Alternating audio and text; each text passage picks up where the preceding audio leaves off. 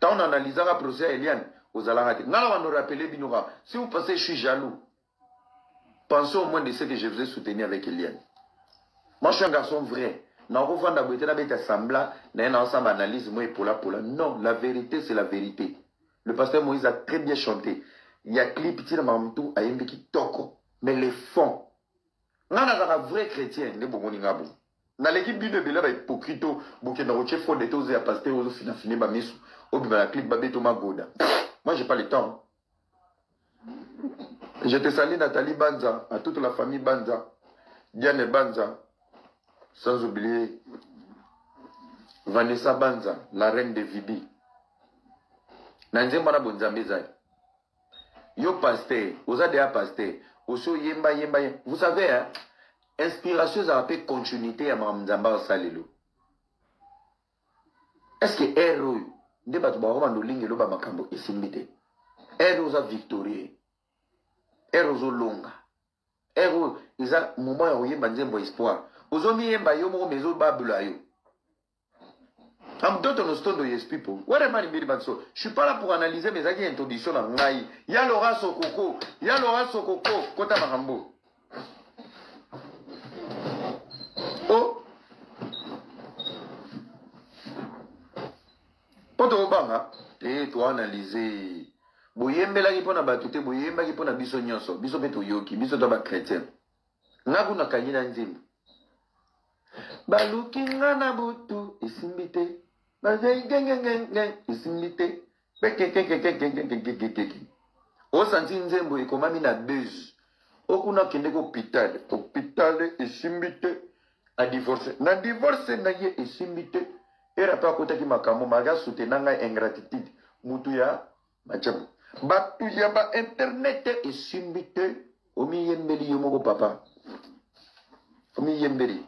So moniamo lokumu nzembwana ozoze la ba retour spirituel te ozoze la buzz na ba réaction à batu. Cherchez le Seigneur. Toluka nzambe ya solo. Toluka nzambe ya solo. Aujourd'hui les pasteurs sont vous savez la musique c'est une modèle, c'est une autre façon de prêcher le Seigneur. Nous vivons l'état de la faim. Nous ne vivons pas des clashs. Nous ne vivons pas des jetons. Pena ba jeton wana muto pena yebi yo omi yembi de A à Z oluki ba problème esimbite omi komisi victime na nzembo na omoko olobaki Marcelo azo menacer azo préparer coup avec une dame nzoka dame wana likangu na yo ex-femme na yo ex-fiancé na yo tant toki ba audio il y avait un plan non siko esimbite na nani yondo lingako panze église à Marcelo esimbite ezongeli yo tu as pris le nom de ta femme ex-femme fiancée. Tu effaces et tu grignotes ça, tu veux faire et simite pas na yo moko. Baluki na ba internet, biso ba internet ngana ye. Na bundelo na ilia ni likambu na yebite. Lelo betinga masasi et simbite na nini? Na sali yoka analyse, oza manipulateur, yo moko de simbite.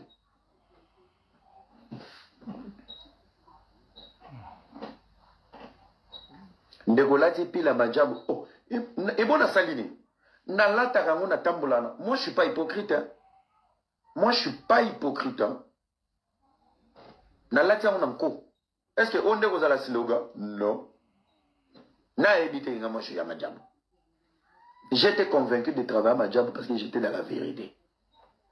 Je parlais avec tout le monde très bien. Mike Alambaï, Moïse Mie, Majabou, tout le monde.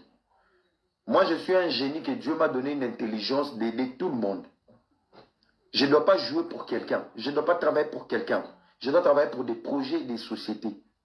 Là où tout va mal, j'ai une voix où ma voix se fait écouter, ma voix se fait entendre.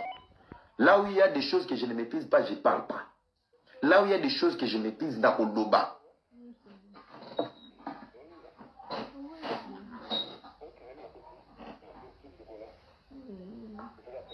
Nzembwaneza, inspiration purement Luambo Makiadi. Oui. Oh. Les locaux de notre chose au moins dans une école de danse. Na chenze mwa pasteur Moïse. Natali na libota nanga. Na yoki pasi mati. Tunanga nini aya. Inspiration. Bino nyos boza.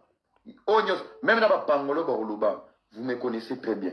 nazara banda ba live na ba ndimba pasta o cette inspiration source la source divine mais oya lelo Luambo oya lelo Luambo Makiadi bon tema bobeta ki yango na ndenge esimbi te ngai na lobi boye ça passe na ye moko esimbi te nde mpona ye moko esimbi te est ce que wana eza titre esimbi te alors merci beaucoup chers amis okota na basidi wana ezalaki introduction ma sœur mon frère si tu souffres ngata na liaka na bato wana nyonso ozalaka te tu peux fermer ta bouche tu galères dans ta vie, tu fais ce que tu as à faire. Écoutez d'abord cet extrait. Et on va... Si tu le fais durer... Écoutez d'abord cette introduction. Bande de salauds, bande de voyous. Bon, vous comprenez de l'autre côté. Écoutez d'abord cette parole qui peut changer ta vie. Au lieu de revendre à Mino Libanda, et Simbite, Balukinga, et Simbite. Yoku Nozaku Tozaka na décalé son. Tu n'as même pas une vie. Famille Kuba qui parote. Mino Libanda, au lieu de regarder les fonds de la chanson, tu regardes l'artiste. Yoza maele yo. Et Simbite ba olio na nini. Na famille tu n'es même pas important. Bachako kate. Yo mtoza kuna. J'essaie d'analyser à ta place pour te donner la profondeur. Ça peut ramener quoi? La mitema ya ba chrétien baza blessé. Ça peut ramener quoi na ba famille et panzana? Non, toi tu pas te dans de moi non. Ba lukinga yo ba luko na nini parce que oza nani na famille. Oza na mbongo te, wana loro te, osala te. Ozape malonga te na libota. Qui va te chercher? Et Simbite ozo yembela nani? Yo na yo vandi kuna. Oza na nini na mwe Simbite? Tu n'as rien mais tu es là. Hey, et Simbite. Non. Ça c'est une chanson personnelle à mode de Luambo Makiadi chrétien qui a chanté pour consoler ses problèmes. Et pourquoi j'explique qu'il y a une maturité derrière cette chanson? Derrière cette chanson, en fait, Mie vient de traverser des moments les plus difficiles. Ça veut dire, problème, un problème, un problème, un problème. Nani promoteur a un problème, yemoko. Qui s'est mis sur l'internet, yemoko. Qui a parlé sur internet, yemoko. Qui s'est exposé, yemoko. Si vous estimez pour Nani, parce que c'est lui qui commence sur l'internet, il cherche à détruire les autres. Eliane Simbagate, parce que Eliane a mis Magambi l'internet, et Simbate. Parce que mi yemoko mtabandi batu na internet. Et Simbelite Nani. Yemoko. Oh, yo moskozo yawa, oui, la chanson est Simbite. Yo ene logo go yembe Simbite, yo. Babiso bana bilagande to go yemba. Bolobeli biso ba mabe Simbite. Denile Samatia Kiti et Simbite. Alukinga na ba fausse témoignage et Simbite. Amati likolunga mona bomaye na ifrakata et Simbite. Bajo msuso mandefu logo la baba, banda loba et Simbite. Akati mandefu et Simbite. Alobina bandako et Simbite. Achaba titre et Simbate. Aposta ba photo bana na biso et Simbate. Aloba ba bêtise et Simbate. Asala ba montage et Simbate ayebanate. Donc cette chanson joue à notre avantage. Bomi yembeli.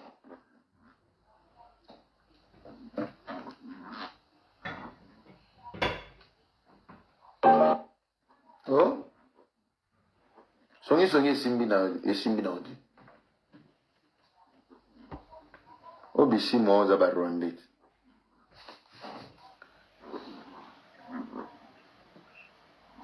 Ah oui, hein? Yo. Songi na Simbita. Bon, on va écouter ces passages après au côté de la mamba politique.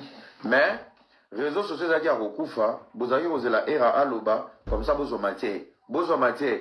Vous benga o yeso abimisa kabangulu. O mtamande fwana, azo sije. Oya lingarabe po ali abana bongo ba mega. Botina ba mega, era a déconné, era a touché papa, era a touché papa. N'importe quoi. Et toi, moi quand j'étais là, personne ne parlait toi. Quand moi j'étais accueilli, tu n'étais même pas là. Quand tu allais commander des émissions, on me dédicacé, j'étais même pas là. Écoutez, à un moment donné, il faut respecter les gens. Dans l'époque, on a pas. Ouais, l'autre côté dans les réseaux sociaux, on demande des fois. Ouais, l'autre côté. Tant que combo n'était pas dans full. Tu t'assois derrière ta caméra, tu n'as rien. Vous avez un CV, on a fiche de paie dépôt à Anakisasa. Vous avez les réseaux sociaux pour l'ingabas, n'a pas poto, baboko la rabino. N'importe. Moni yo, je te promets, na royaro talo na makala, totala na mo, je vais te filmer. Na rotala na makala. C'est la promesse que je te donne toi. Mandef, okota bitumba niveau noté. Okota bitumba niveau noté. Tu allais dire, ngaba bengala nga na Suisse parce que j'ai doigté ma fille. Omoni ka comment moi na nga otanga. Ba photo ba na posta. Petit. Total na makala. Oza promesse na pesio à vie. Soga neo ici, okoti makala te. Comprendre. Et la menace, c'est une promesse qui sera, qui va s'accomplir, petit. Mande fani ekoso, na ba fani bo loka, place à kubatama, bo sieta, n'importe quoi. Et là, ça va analyse. J'analyse la politique ici, je critique même les chefs de l'État. Mais Maman Denise n'a jamais arrêté de m'aimer comme son fils. Celui qui t'aime te montre tes défauts. Et Simbi est une chanson charnière, Yaki Bonzoto, qui ne définit pas le corps du Christ. C'est un soulagement, c'est un échappatoire des émotions, de la culpabilité individuelle, jetée aux autres dans la chanson. Au bandina cher, et puis c'est impacté. Au lobby, et puis c'est impacté. Au menacé de l'église, n'a pas pasteur. Au tongi yomoko, tu n'as pas permanence. Au même un album. Il faut des génies comme nous pour comprendre, mon frère. Tu es traumatisé, prends du temps, prends du recul. Où est l'album Anini? On donne ce qu'on a. Quand on n'a pas la paix, on ramène les désordres. Quand on n'est pas calme, on ramène les désordres. Quand on n'est pas stable, on ramène ces genres de chansons. Quand on n'est pas inspiré, mais on veut se défouler de quelque chose, on attise les autres, mais dans la mélodie. Ce n'est pas du Luambo. C'est ça le corps du Christ. C'est ça le corps du Christ. Et quand on parle comme ça, Bino, il y a des hippopotames qui...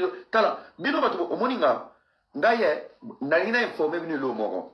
Petit na mande fuyaro, yaro van, bengana deniles, boyo van na Bino nyos. Boyo pourquoi na le carabino? Parce que j'ai une bouche, natala à niveau à mototé, mbongo à mototé, na grade à moto. Je parle et je dis des choses, on a réfléchi, on a pensé. Nacho na somo, ki na moni mbongo note na poste na yo. Ngala kritika majabu. Pour mobala Deborah, local. Ngaïra. Na bangate, na kritika majabu. Bato baebi, les gens qui ont vu mon live là, vous pouvez commenter dans les commentaires. Naloba, papa oboyeli biso, ba problème. C'était qui? Mobala Deborah local. Cédric. Mutasali casting so batuni. Wa, I'm doing, you are singer, you are between ngabi. Oh, to mona place à yembate bolongole wana. Ba anglais na ame mangon États-Unis. Il y a les Yannick Toumba, les fistons bouillis. Pourquoi j'ai pas pensé à nous? Pourquoi j'ai pas pensé à la boîte? J'ai pensé au regard de tout le monde. Pourquoi traumatiser les gens? Ngana critica. Babengana. Critico et apportera une pierre à l'édifice. Bino so balobi critique mo batindi. Batindi omoni album ezobima. Oui, mais album mais toi, tu es malade, toi. Nous, on est nourris par les albums.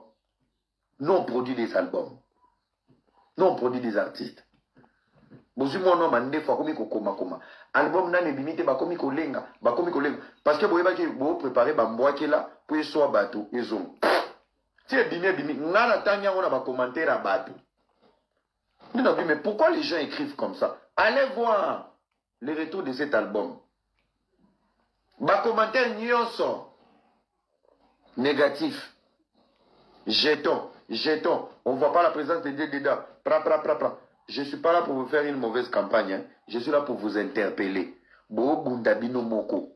Boroko tabastudio bo bundabino moko. Bozala 1 million, 2 millions, 18 millions. Vous vous battez vous-même.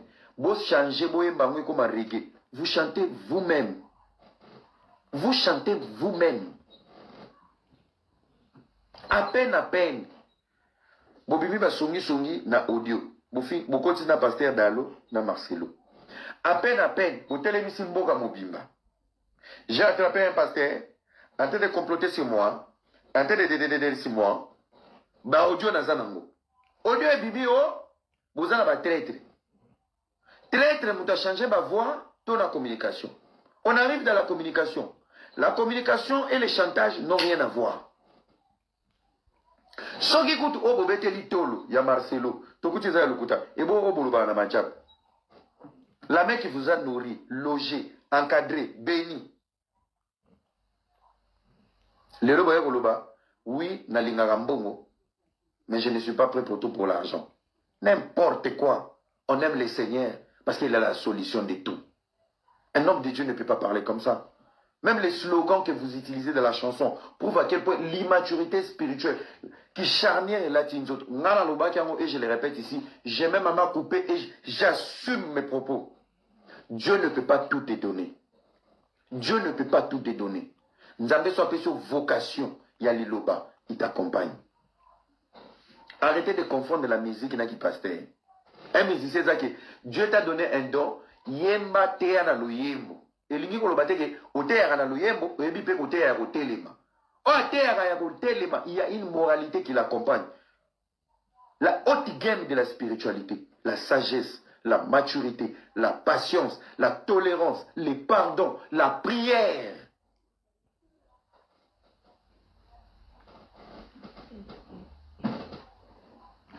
Moutouana don, il y a pastoral, moutouana don, il y a bonzambe.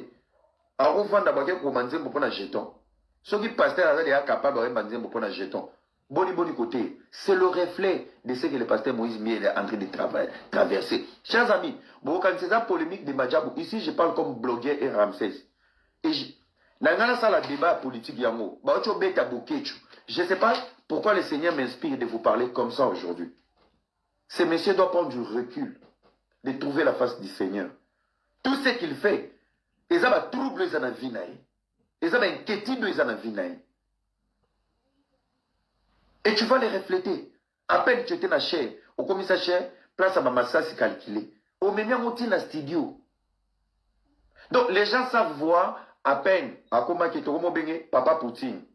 Biloba, loba, mais c'est le menacé. Oye koto, problème. Oye koto, problème. Oye koto, problème. Ils ont reflété tout ce que tu es en train de traverser dans ta vie. Tu as besoin du recul. Il a besoin d'un recul. Parce que Batouba, ce recul, c'est les gens comme nous. Déjà, l'obi boy, bah, ouais, mande floro la baba, na, nenga vandi boy, bah, c'est ba bengi, bah, pese be lema. Bombafu. Yokutu, moi, il faut la robe, pour écouter la rombon. Tant on va préparer au bengi, bah, toi, poto. Alors là, vous avez nazana bilambate, bébé, ok, n'a pas de mission. Yo, moukono, kuta na yo. Nana, megastar, moukono, kuta na yo. Ndina robeto. Tu parles derrière la caméra au bimate. Moi, je me suis fait agresser à Paris. 14 personnes. Tilelo. Natambolanga mon affola. Nakiti na sombe logo na bimina ki. Je m'assume. Na edo ezam tumanga. Toi, tu dis des bêtises au vananda. Au bimate. Mande fait kolo belé. Allez, ozolo kabato mega. Pendant ce temps-là, tes amis sont à Procrédit, Raobank, Finca, Baya ba oke luka bambongo, babala, ba créer ba foyer na ba, yona ajo ko mamukala. Là, on travaille à créer. Oui, créer. Autant n'a pété. Déjà, même écrit, tu sais même pas écrire. Moi, je travaille dans le créa. Tu connais les créa? Les créa, c'est là où il y a des boulistes, des petits savants de la société qui créent des idées, des stratégies. Comment évoluer, comment travailler, comment faire.